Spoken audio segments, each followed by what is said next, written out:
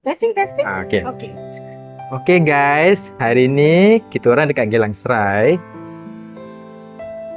Bakal tunang saya, nama Nur Suhaida. Hai. Dia dah beli dah barang tunang dia. Baju, dulang. Dan saya semua komplit saya dah beli tau.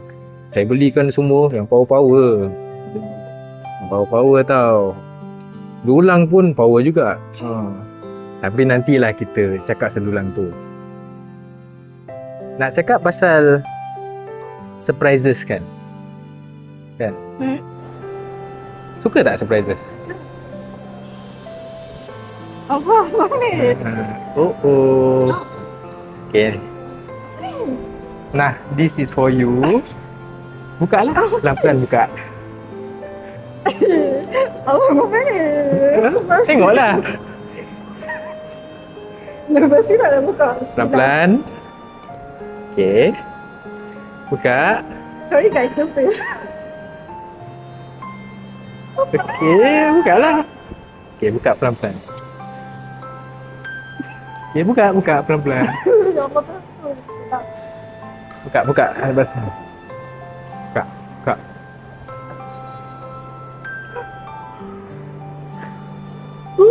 Ada kad tu kat tepi tu.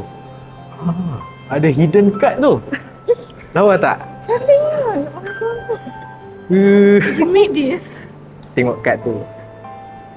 Okay, belakang dia.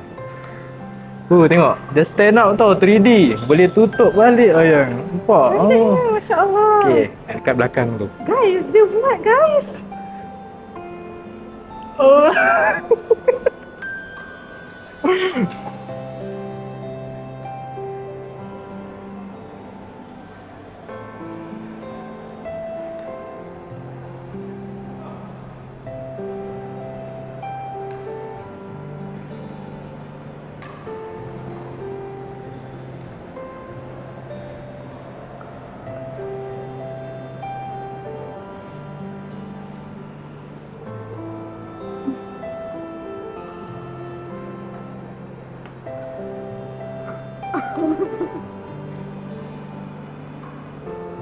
Tak makan. Tengok, love shape tu.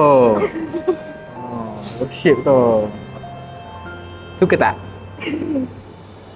Suka sangat-sangat. Yang surat ni saya seorang baca. Saya tak boleh baca. Oh, Nak masuk pun dah tak boleh.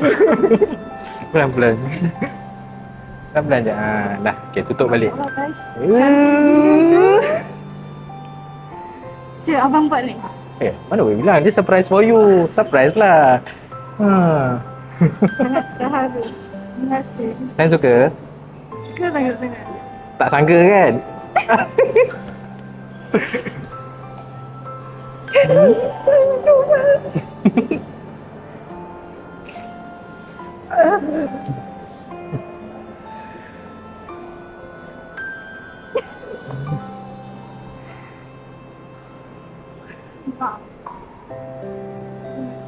Sama. Masya Allah.